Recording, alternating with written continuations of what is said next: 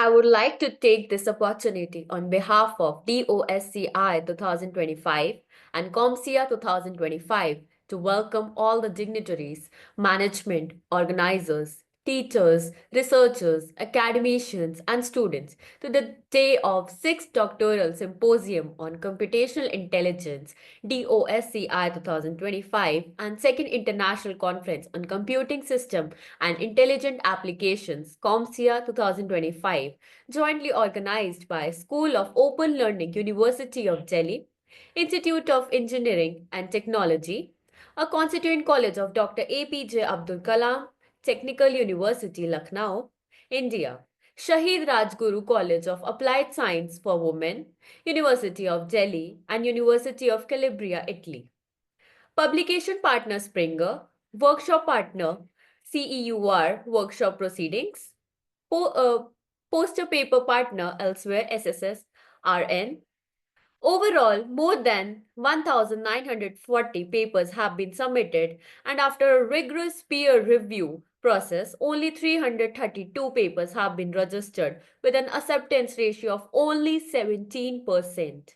Yesterday, the conference has been inaugurated with the esteemed presence of the chief guest, Professor Prabhat Kumar, the guest of honor and the speaker of the day, Dr. Sudan Jha from Kathmandu University, Nepal, Mr. Ananda Bose from Springer Nature, London, Professor Vivek Bohra from IIIT Delhi, and Mr. Udyan Kande from Oryx Lab, USA.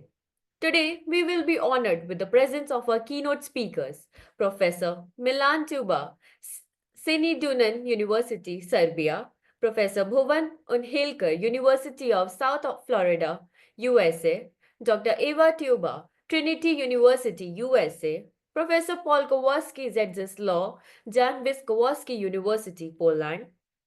We heartily welcome you all to the second day of the program. Professor Milan Tuba, Sinin Dunan University, Serbia. Milan Tuba, head of the Artificial Intelligence Project and professor of computer science and mathematics, is among Stanford University's top 2% most influential scientists globally for career-long and annual contribution from 2020 to 24. He has held key academic positions, including Vice Rector at Sinindunam University and Dean at John Nesbitt University. Author of around 300 scientific papers, he has served on editorial board of numerous journals and conferences. He has delivered over 100 keynote lectures and supervised numerous PhD and master's theses. Professor Tuba earned degree in mathematics and computer science from the University of Belgrade and New York University. He taught at Vanderbilt University, New York, and Cooper Union, founding the microprocessor and VLSI labs. His research focusing on nature-inspired optimization for image processing, computer network, and neural network. He is a senior member of IEEE and a member of ACM, AMS, SIAM, and other professional organizations. I invite you, sir. Good afternoon. It is a great honor and pleasure to be here, at least virtually. I'm very sorry that I'm not physically present there. I've been in India in December and January at number of conferences, but now time is that I have to spend some time on the other side. So I say good afternoon to feel like I'm a real part of the conference. Actually, I'm here in San Antonio, Texas, and it is 6 o'clock in the morning, so not really afternoon, but these good communications allow us to organize such events. And congratulations to the organizers for this second edition of Conference on Computing Systems and Intelligence Applications, and especially 6th Doctoral Symposium on Computational Intelligence. I hope that you are all enjoying this conference, at least those that are physically present, and I hope that in the near future we'll meet in person because conferences are about establishing real human contact and talking to people directly, but we can do some things even like this remotely. So I would like to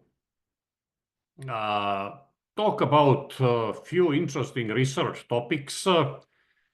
I will mention few papers, but usually if I concentrate it on one maybe interesting and recent result of my research group, it may be very interesting for some people and it may be useful in some way, but not so interesting for other people because different people are researching in different areas. And of course, conferences can be sometimes very narrow, but then usually these are very small conferences. If, as mentioned here, there are 2,000 papers submitted and 300 papers accepted, printed by Springer. And again, my greetings to Aninda Bosse from Springer, my old friend. It is not possible for all these 2,000 or 300 people to be in the same narrow area and to understand exactly all the details about their research. So I will try somehow to give a word of encouragement, especially because this is a doctoral symposium for younger researchers, that we are now in a very good research situation. Last 5 years, we've been in, they call it living in interesting times where in the world, many things were happening, most of them not good, starting from 2020, where everything changed and closed and different things starting happening. And now today that event is almost forgotten, but other things are happening. So, in general, most people in the world are worried about many things and probably with a good reason. And even this, our area, artificial intelligence, even though becoming extremely important, is causing a lot of concern for many people because it is so powerful and it can be used and abused in many different ways. We don't even know where are the limits and where it's heading. So it's also in some sense, controversial topic. But narrowly speaking, as a researcher, we are in the excellent position. So if we forget about all other problems and even in our area, those philosophical or sociological implications, it has never been better time for research. Because this new area is so wide, so applicable to anything in human life. There are thousands, millions of topics. And the tools are so powerful that it is easy to research. It is like coming in some area where everything is growing, like paradise, all the fruits all around. You just have to lift your hand and pick whatever you want.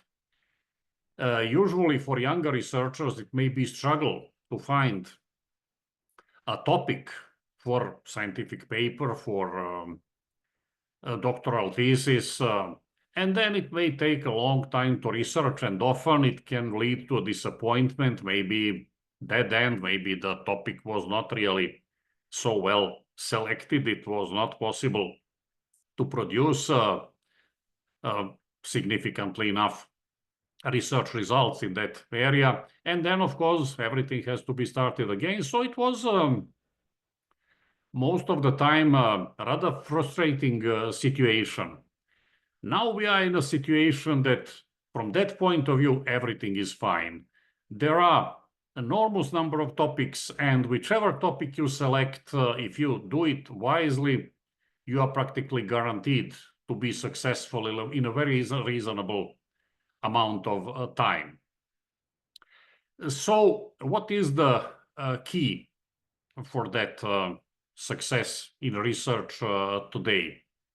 Now, we'll see the papers in this conference, and I will mention a few papers from my research group, and we'll see that it covers many different areas. So, for example, somebody is doing something in agriculture, controlling crops, some kind of diseases, or maybe some kind of flooding, the quality of the soil, sometimes in ecology or geology, coastal erosion or river bank erosion or something like that. Sometimes it is about power systems, power grid control and optimization and so on. Sometimes it is medicine. Medicine is always interesting. People have always been in the center of their interest. And of course, people can get sick and they would like to get better. So medicine is eternal topic. And diagnostic procedures are much, much improved today, especially thanks to this artificial intelligence. And then there are many other areas, forest fires, or, you can name dozens and dozens of different topics. So you can have researchers that are interested in that area. Their background also may not be completely in computer science. Their background may be in power systems or agriculture or something else. But there is a connecting point. And that is good, especially for younger researchers, if they understand that while they have to do some research and make doctoral thesis and so on, it can be some kind of narrow research. It is good for them to understand that tools are more important than topic. If you select something like, controlling certain disease on certain crops in agriculture, it probably may not be something that you will do till the end of your life, for next 40, 50 years of your research career. It is something that may be interesting today. You may be employed by such company, and you may work for that company for 3 years, for 20 years, who knows? But life is fortunately long, and, different things will appear. So, even though you have to understand some narrow area and make contribution and participate in that and so on, it is important to understand that tools are eternal. If you have good tools, you will be able to survive now and 20 years from now and 40 years from now. And these tools are really universal.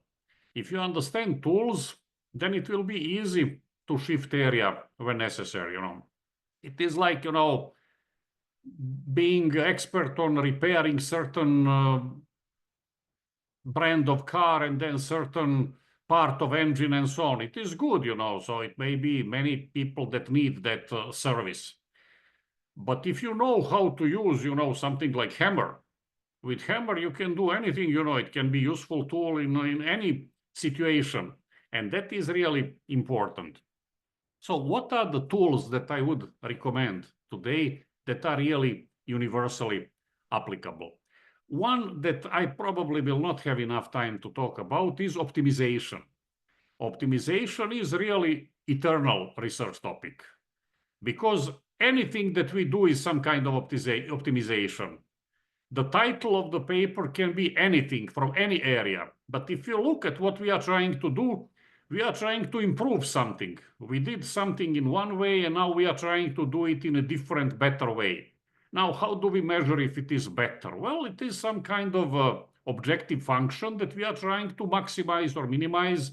So actually, anything is optimization. Medical diagnostics is we are looking at X-rays and we are trying with the best probability to make a correct diagnosis, to figure out exactly what the disease is, where it is located, and so on. So anything is optimization problem. And today we have one class of optimization problems that are interesting. These are not mathematically difficult problem. It was for centuries in physics in different areas, designing airplanes and so on, complicated physics, differential equations and so on. Mathematicians solve all those problems, and even though it is frightening for the general population, for mathematicians, engineers, this really is very standard thing. So anything that looks as extremely difficult mathematical optimization is not a problem. The problem is only one class of optimization problems. These are so-called NP-hard or combinatorial optimization problems that are really sound very trivial. They are equivalent to traveling salesman problem. How to visit 20 cities and minimize the cost. It looks like a primary school problem, but actually it is the only interesting optimization problem, because even though it sounds very simple, the number of possible solutions is such that most powerful computers cannot solve it in thousands of years. The only algorithm we have is to examine all the solutions, and that is impossible. And this kind of problem is appearing everywhere. So that kind of optimization is today solved usually by something that is called swarm intelligence. These are algorithms that are combining random search and guided search. It starts from random search and then guided somehow in an intelligent way toward solution, or at least suboptimal solution. So it is a very interesting area that started being very interesting during 90s, and it is very interesting today. There are many algorithms. Some of the algorithms originate in India. For example, Professor Bansal is the author of one popular of such algorithms, and there are many others. So this is a tool that can be applied anywhere. Any young researchers should get familiar with those optimization methods, be able to use them, and then in whichever area you are, optimization problem will appear. Optimization problem will be of that type, NP-hard. It will be equivalent to traveling salesman problem. And then with experience in using such swarm intelligence algorithms, the result will come very quickly and be very good. The other area that I wanted to briefly mention is, of course, this previous one is also part of artificial intelligence, but this one is more classic artificial intelligence, where again, there are many different branches, sub-branches, and so on. But what is important to understand is that a huge percentage of all problems connected with artificial intelligence depend on digital images. There are others that use different techniques, but even in those cases, they can be translated to digital images. For example, if we are dealing with some kind of sound signals, we had a recent paper in a very reputable journal about a medical problem about listening to the lung sounds and determining the diagnosis of certain abnormalities. And then it looks that there are no images there. But actually, if you get a sound signal, you can represent it as a graph in time function. And then you can take that time function, which represents the sound, as an image, digital image. And then you can treat that digital image in a way as you would treat, let's say, X-ray of kidney or anything like that. So even in areas where you don't expect digital images will appear.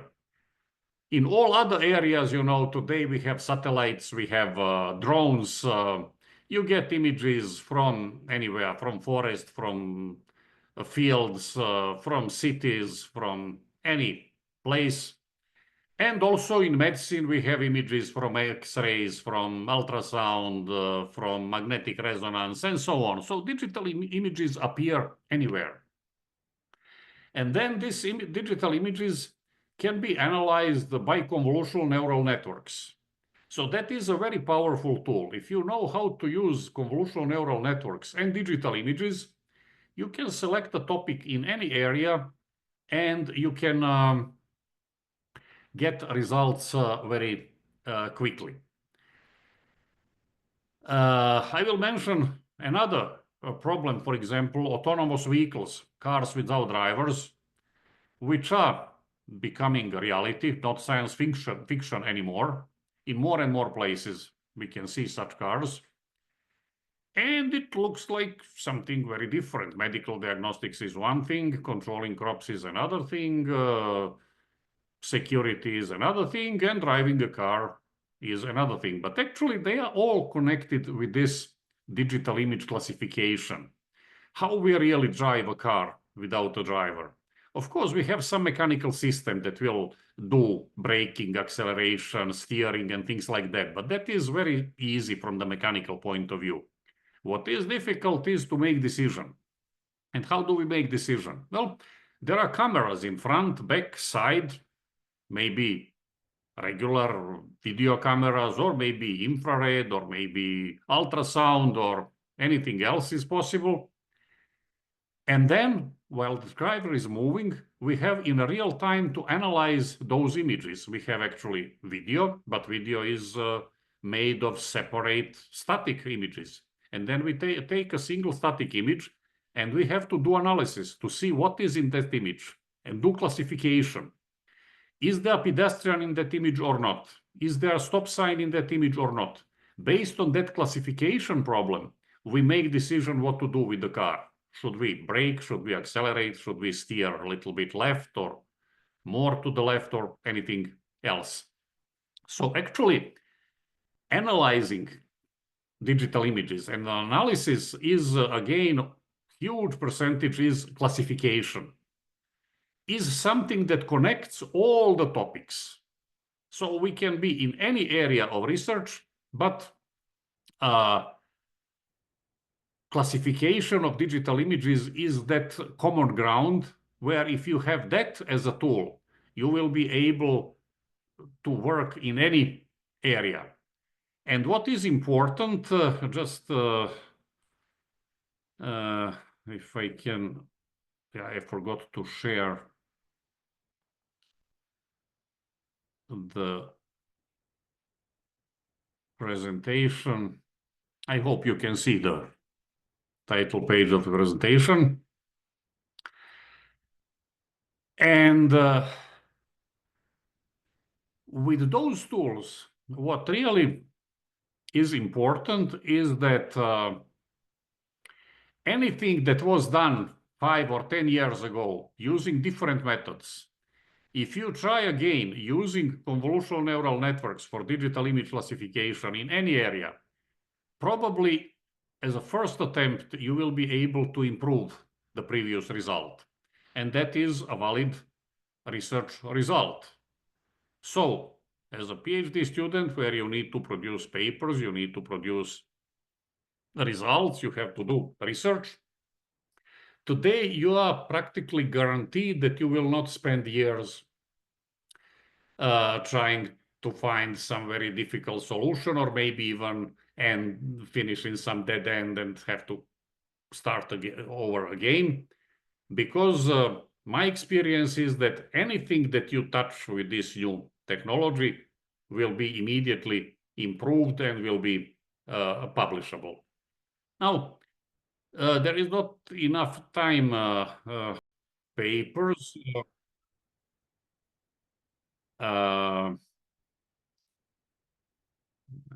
Yes.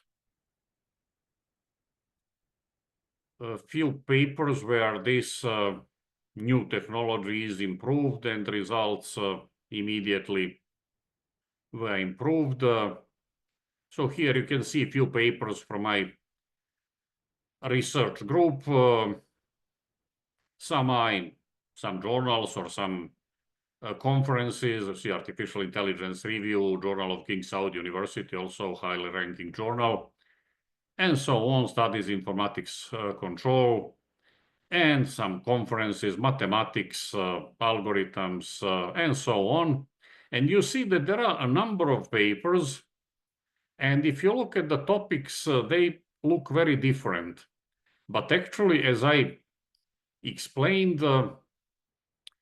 the connecting thing between all these papers is that they are based on classification problem, and especially classification of digital images. Once you have that tool, you can apply it to any problem, and the results will come. And just last few words as an illustration, which probably most of you are aware of, is that how is that happening and why, how these tools are so powerful? Well, there is a well-known old problem from the 90s of handwritten digit recognition. It was interesting problem for reasons of sorting banking checks or sorting mail with zip codes, handwritten and so on. But it was solved during 90s for all practical purposes. However, a huge database was created at University of California at Irving, and it is maintained there. So for last 30 years, any new classification method was benchmarked against this database. And that is good because we have a long period of time, 30 years, and we can see what was happening. And what was happening is that for many years, we have a normal research progress, and that is linear. Every year, we get a little bit better. You need a huge research effort, you need experienced researchers, they put effort, they make something new, and they improve previous results. And it was going like that for many years. And then suddenly, with the introduction of convolutional neural networks, there was even some kind of competition. And the major shift in results happened in 2012, where suddenly the accuracy rised significantly, the accuracy of classification because of convolutional neural networks. And since that time, the tools that were developed are so powerful that today, in any undergraduate artificial intelligence class, we usually start with some kind of convolutional neural network and application to this handwritten digit recognition on that MNIST database. And in the first class with undergraduate students in 90 minutes, usually we can get a network that will have accuracy better than 99%, where 10 or 15 years ago, it was dream for the best research teams. So such progress you don't have in any other area. That undergraduate students can start with something that is so good, better than anything you could imagine 15 years ago, is something equivalent to saying, for example, that medicine advanced so quickly that now second-year medical students can do heart transplant. It will never happen. But here in artificial intelligence, it is happening. So that is illustration of how powerful these tools are. And that is the reason why every, especially young researcher, should have control of those tools. And then with these powerful tools, you can select your area. Will it be medicine concentrated on X-ray of kidneys, or will it be concentrated on ultrasound of liver, or will it be agriculture, or will it be autonomous vehicles, or anything else?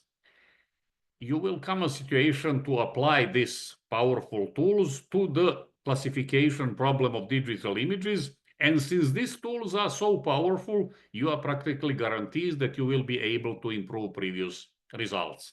And that is why I mentioned in the beginning that it is, even though other things may not be in perfect order, as far as pure research in area of artificial intelligence and for younger researchers, it is best time. So at least let's enjoy in that.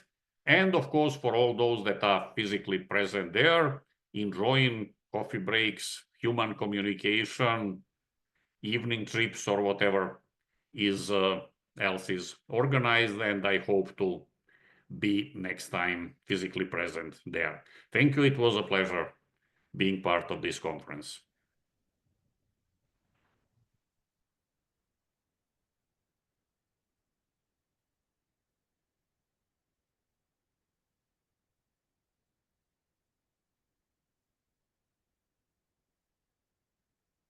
So on behalf of DOSCI and ComSIA, I would like to express our sincere gratitude for your engaging and informative presentation.